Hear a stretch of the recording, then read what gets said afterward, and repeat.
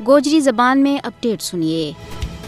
आज पूरी दुनिया में अमन को आलमी दिन मनाया जा रही है। भारतीय हटधर्मी की वजह से मकबूजा जम्मू कश्मीर के बीच अमन एक ख्वाब और ख्याल बन गए रह गया है। कश्मीरियों की उम्मीदें के मुताबिक तनाज़ा कश्मीर का हल दे बगैर जनूबी एशिया के बीच पायदार अमन को क्याम मुमकिन नहीं है। कश्मीर को तनाज़ो पाकिस्तान और भारत के बिचकार इख्तलाफात को बुनियादी नुक्ता है। जो हल तलब मुचरोकनो तनाज़ो कश्मीरी है, जिसकी वजह से जनूबी एशिया जरूरत ज्यादा जंगी साजो सामान और न्यूक्लियर हथियारों को ढेर बन गया है। कश्मीरी आवाम कई साल दे मसला कश्मीर का हल के वास्ते इंतजार कर रहा है और 75 साल गुजरन के बावजूद भारत कश्मीरियों का हक खुद इरादियत न लगातार नजरअंदाज कर रही हो और कांड के पीछे सट रही है, जिसकी तौसीक अक़वाम मुत्तहिदा की करारदादा ने भी की है। कश्मीरियों के वास्ते अमन को आलमी दिन कोई भी मायने नहीं रखता, क्योंकि वे पेशाना भारतीय कब्जा में लगातार मुश्किलात को शिकार है। अमन का आलमी दिन को जो तकाज़ो है कि आलमी ताकत कश्मीरी अवाम हक खुद इरादियत का हवाला दे किया गया अपना वायदा ना पूरा करें। अक़वाम मुत्तहिदा ना जनूबी एशिया के बीच अमन कायम करने के वास्ते तनाज़ा कश्मीर ना फौरी हल के वास्ते अपनी कोशिश ना और ज्यादा